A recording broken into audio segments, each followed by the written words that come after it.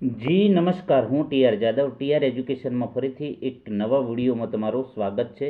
મિત્રો, હમણાં જીએસઆરટીસી દ્વારા હેલ્પરની જે ભરતી જાહેર થઈ છે, તો આ ભરતીની તૈયારી માટે આપણી ચેનલમાં ફ્રી વિડીયો લેક્ચર સિરીઝ શરૂ કરવામાં આવી છે. અમારી ચેનલ સાથે તમે જોડાયેલા રહો. અમારી ચેનલમાં હેલ્પરના સિલેબસ પ્રમાણે તમામ વિડીયો લેક્ચર અપલોડ કરવામાં આવે છે, જેમાં ટેકનિકલ અને નોન ટેકનિકલ. આજે વાત કરીશું આ વિડીયોમાં મિત્રો કે જે પેપર તમારું જે હેલ્પરનું કોમન રહેશે, મતલબ કે દરેક ટ્રેડ માટે એક જ પેપર હશે.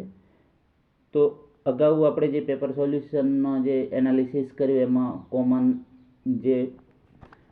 કોમન ટ્રેડના પ્રશ્નો કેટલા હશે, તો એમાં વાત કરી હતી કે કોમનના 15થી 17 જેવા પ્રશ્નો છે, જેમાં કોમનમાં કઈ ટાઈપના, જેમાં ઇન્ડસ્ટ્રીયલ સેફ્ટી છે, એકમો છે એટલે કે યુનિટ છે, હેન્ડ ટૂલ્સ છે, માર્કિંગ ટૂલ્સ છે, મેજરિંગ ટૂલ્સ છે, જે દરેક ટ્રેડ માટે કોમન હોય છે, એટલે કે જનરલી દરેકને ભણવાનું આવતું હોય છે. તો એ જે છે એના વિશે આપણે ચર્ચા કરી હતી. તો આ વિડીયોમાં આપણે જે કોમન પ્રશ્નો છે તેના વિશે, જે મોસ્ટ આઈએમપી પ્રશ્નો છે તેના ચર્ચા કરીશું. તો ચાલો મિત્રો સ્ટાર્ટ કરીએ.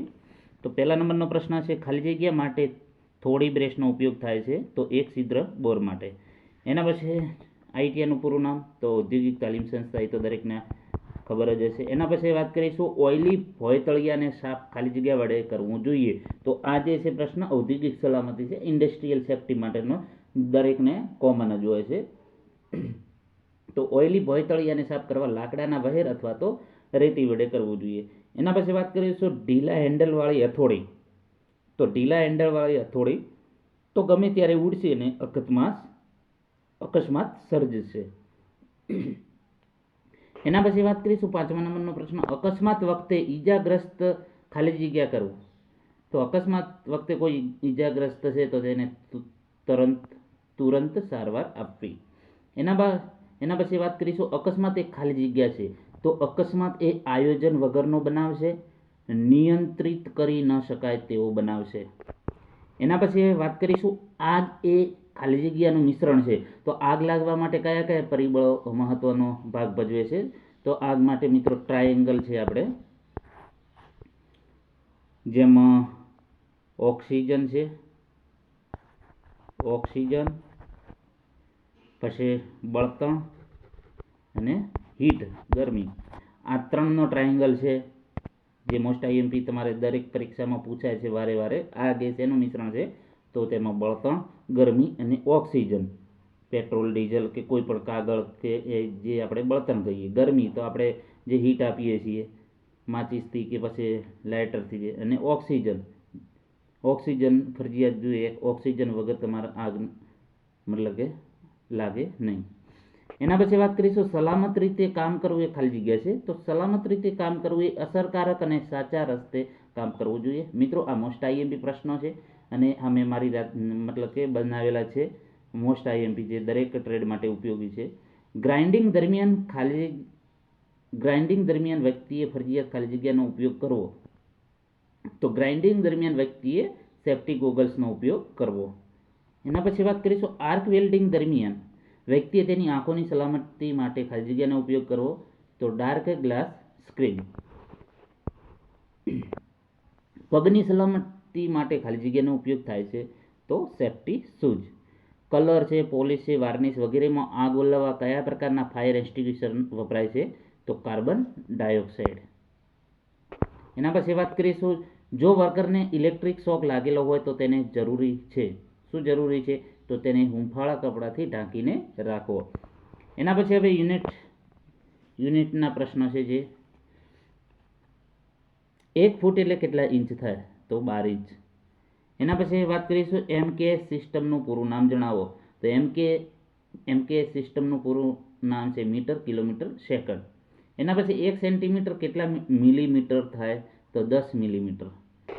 એસઆઈ સિસ્ટમમાં લંબાઈનો એકમ શું છે, તો મીટર. એસઆઈ સિસ્ટમમાં લંબાઈનો એકમ મીટર છે. 1 માઇલ કેટલા વાર થાય, તો 1 માઇલ બરાબર 1760 વાર થાય. એના પછી વાત કરીશું, 1 ગેલન એટલે કેટલા લીટર થાય, તો 1 ગેલન એટલે 4.55 લીટર થાય. નેક્સ્ટ, 1 માઇલ એટલે કેટલા કિલોમીટર થાય, તો 1 માઇલ બરાબર 1 1.609 કિલોમીટર થાય. આ પણ મિત્રો પ્રશ્ન પૂછી શકે. 1 ઇંચ બરાબર કેટલા મિલીમીટર થાય? તો 25.4 મિલીમીટર. 1 કિલોમીટર બરાબર કેટલા માઇલ થાય? 0.62 માઇલ. એના પછી 22મા નંબરનો પ્રશ્ન, વર્કશોપમાં મુખ્યત્વે કયા પ્રકારના વાઇસનો ઉપયોગ થાય છે? તો વર્કશોપમાં મુખ્યત્વે બેન્ચ વાઇસનો ઉપયોગ થાય છે. ઓપ્શન સાચો જવાબ છે બેન્ચ વાઇસ. એના પછી પ્લમ્બિંગના કામમાં પાઇપોને પકડવા કયા વાઇસનો ઉપયોગ થાય છે? તો પાઇપ વાઇસ. જે વાઇસ અલગ અલગ ટાઈપના વાઇસ છે, તો વાઇસ વિશે પ્રશ્ન પૂછી શકાય. કયા પ્રકારના વાઇસમાં જો ત્રિકોણાકાર હોય છે? કયા પ્રકારના વાઇસમાં જો ત્રિકોણાકાર હોય છે? તો પાઇપ વાઇસ. આ પ્લમ્બરનો અને જે ફિટરમાં પણ આ પૂછાય છે પ્રશ્ન. એના પછી વાત કરીશું લેગ વાઇસનો ઉપયોગ જણાવો. તો ગરમ જોબને ફોર્જિંગ, બેન્ડિંગ જેવા ઓપરેશનમાં થાય છે લેગ વાઇસનો ઉપયોગ. હેન્ડ વાઇસનો ઉપયોગ મોસ્ટ આઈએમપી પ્રશ્ન. હેન્ડ વાઇસનો ઉપયોગ નાના જોબને પકડવા માટે થાય છે. એના પછી હેમરના હેડ અલગ અલગ આકાર અને સાઇઝના ખાલી જગ્યામાંથી બનાવવામાં આવે છે. તો હેમરના હેડ અલગ અલગ આકાર અને સાઇઝના ફોર્જ સ્ટીલમાંથી બનાવવામાં આવે છે. હળવા કામ માટે કેટલા ગ્રામની હેમર વપરાય છે? તો જે હળવું કામ કરવું હોય તો એના માટે 100 ગ્રામથી 350 ગ્રામ હેમરનો ઉપયોગ થાય છે. એના પછી વાત કરીશું હેમરનો સૌથી નીચેના ભાગ કયા નામે ઓળખાય છે? તો એને ફેસ તરીકે. એના પછી વાત કરીશું હેમરની ચીકની વચ્ચેના લંબગોળ હોલને કયા નામે ઓળખવામાં આવે છે? તો હેમરની ચીકની વચ્ચેના જે લંબગોળ હોલને આઈ હોલ તરીકે ઓળખવામાં આવે છે. મેલેટ શેમાંથી બનાવવામાં આવે છે? તો મેલેટ સખત લાકડામાંથી. હેમરનું હેન્ડલ ક્યાં લગાવવામાં આવે છે? તો હેમરનું હેન્ડલ આઈ હોલમાં. એના પછી વાત કરીશું સામાન્ય વપરાશવાળી હેમર કઈ ધાતુમાંથી બનાવવામાં આવે છે? તો જે સામાન્ય વપરાશવાળી હેમર જે ફોર્જ સ્ટીલમાંથી બનાવવામાં આવે છે. એના પછી વાત કરીશું સ્ટ્રેટ પેન હેમરની પેન કઈ રીતે હોય છે? સ્ટ્રેટ પેન હેમરની પેન કઈ રીતે હોય છે? તો હેન્ડલની સીધમાં હોય છે. હેન્ડલની સીધમાં. એના પછી વાત કરીશું સ્મિધી શોપમાં કયા પ્રકારના હેમરનો ઉપયોગ થાય છે? તો સ્લેજ હેમર. શીટ મેટલ વર્કમાં કયા પ્રકારની હેમરનો ઉપયોગ થાય છે? તો ક્રોસ પેન હેમર. તો હેમરના કયા કયા પ્રકારો છે, કઈ કઈ જગ્યાએ યુઝ થાય છે, તો એના પ્રશ્ન તમને પૂછી શકે. ચીઝલ કયા પ્રકારનું ટૂલ્સ છે? તો આ હેન્ડ ટૂલ્સ આવી ગયા કોમન. તો ચીઝલ એ કટિંગ ટૂલ છે. ચીઝલ કટિંગ ટૂલ છે જે કટિંગ કરવા માટે વપરાય છે. હોટ ચીઝલનો ઉપયોગ જણાવો. તો બ્લેક સ્મિથી કે ફોર્જિંગ શોપમાં થાય છે. કોલ્ડ ચીઝલનો ઉપયોગ તો ફિટર અને મેટલ વર્કશોપમાં થાય છે. ડાયમંડ પોઇન્ટ ચીઝલનો ઉપયોગ તો કાસ્ટ આયર્નની પાઇપોને કાપવા માટે ડાયમંડ પોઇન્ટ ચીઝલનો ઉપયોગ થાય છે. તો આ મિત્રો ચીઝલના ઉપયોગો છે. ચીઝલ મતલબ કે છીણી. કાસ્ટ આયર્નનો ચીપિંગ માટે કટિંગ એંગલ. તો મિત્રો આ કટિંગ એંગલ પણ પરીક્ષામાં પૂછાય છે.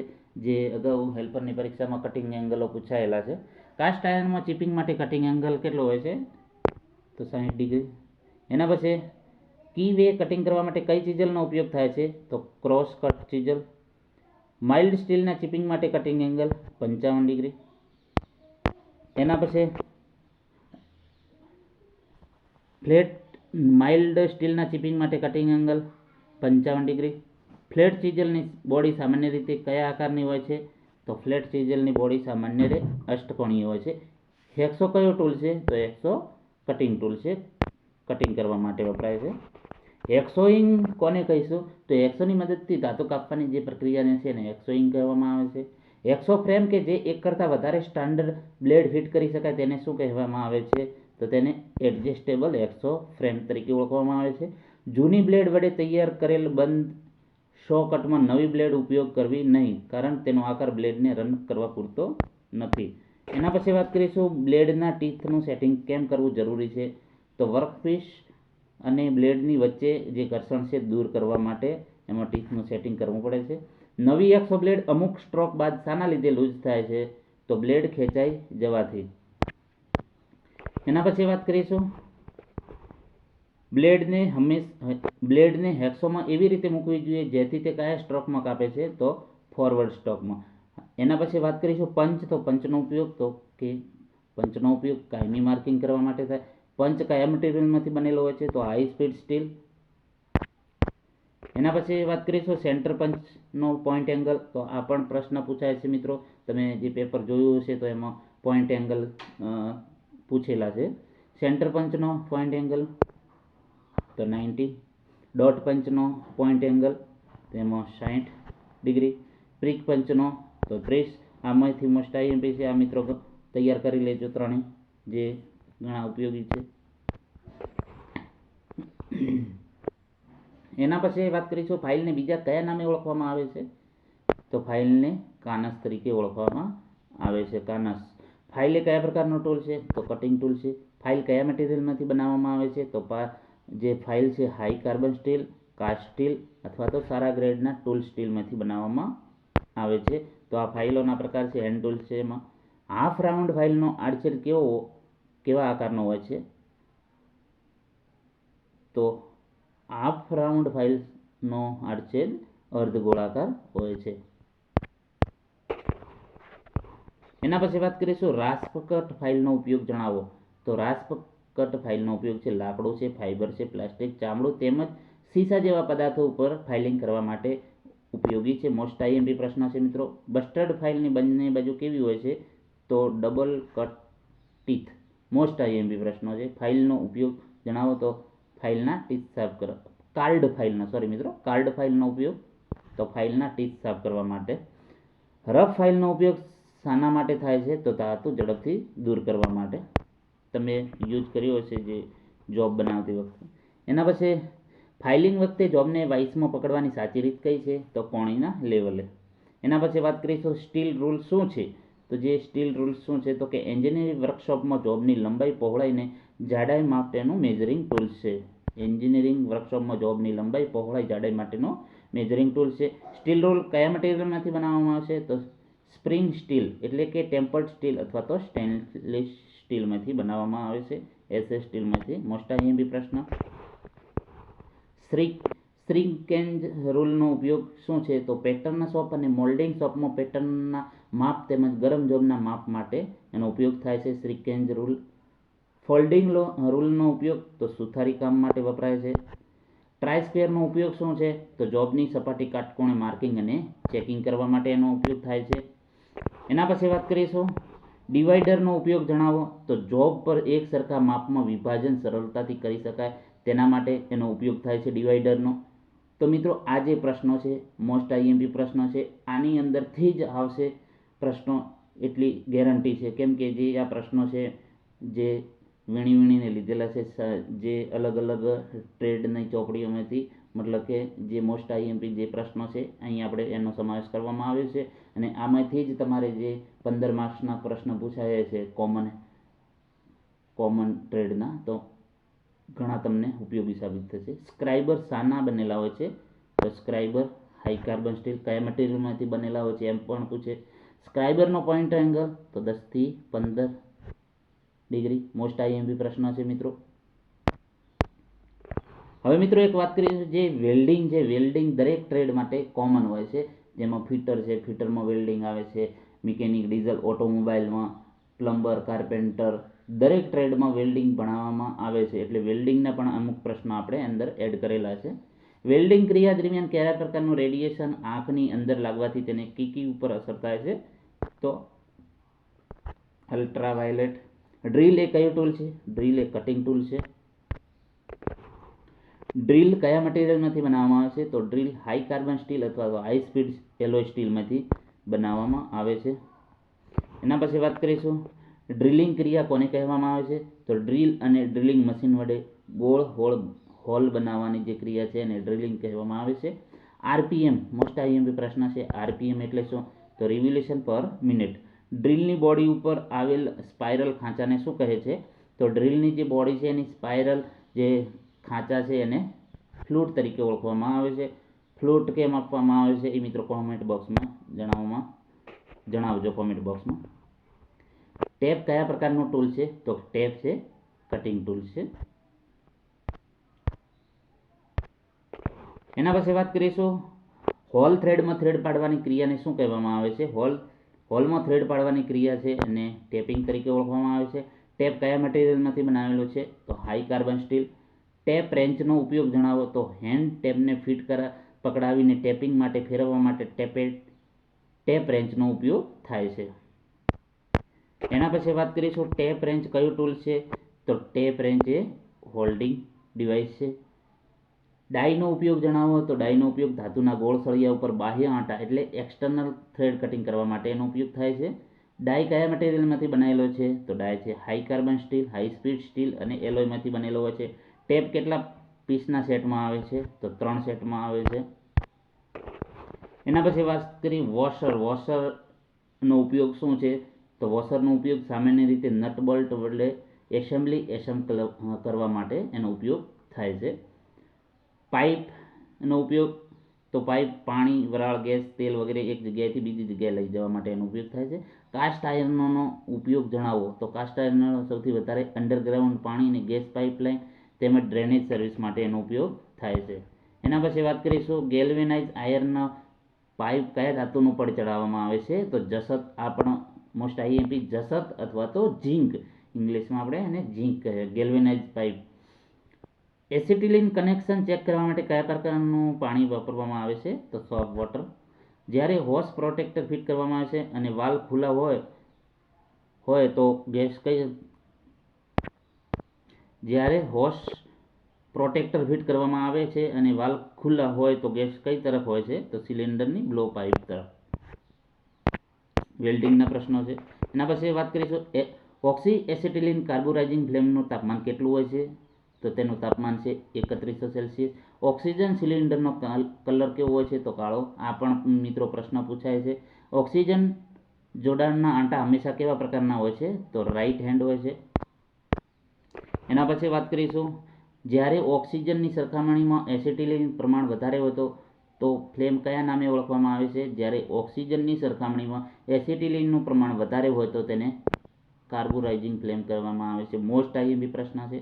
સોલ્ડર કોને કહેવામાં આવે છે, તો બે મેટલ કે મેટલની શીટને જોડવા માટે વપરાતી ધાતુ. બે મેટલ કે મેટલની શીટને જોડવા માટે જે શીટ છે એને જોડવા માટે વપરાતી ધાતુને સોલ્ડર તરીકે ઓળખવામાં આવે છે. એના પછી સોફ્ટ સોલ્ડર શેનું મિશ્રણ છે, તો સોફ્ટ સોલ્ડર મોસ્ટ આઈએમપી પ્રશ્ન લેડ અને ટીનનું મિશ્રણ છે.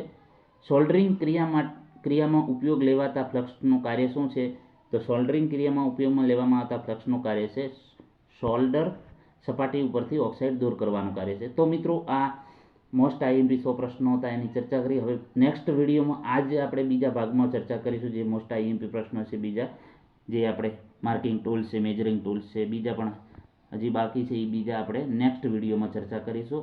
તો આ જે છે મોસ્ટ આઈએમપી પ્રશ્ન છે, જે કોમન પ્રશ્નો છે દરેક ટ્રેડના, જે વીણીને લીધેલા છે, જે તમારી પરીક્ષામાં ખૂબ જ ઉપયોગી થશે.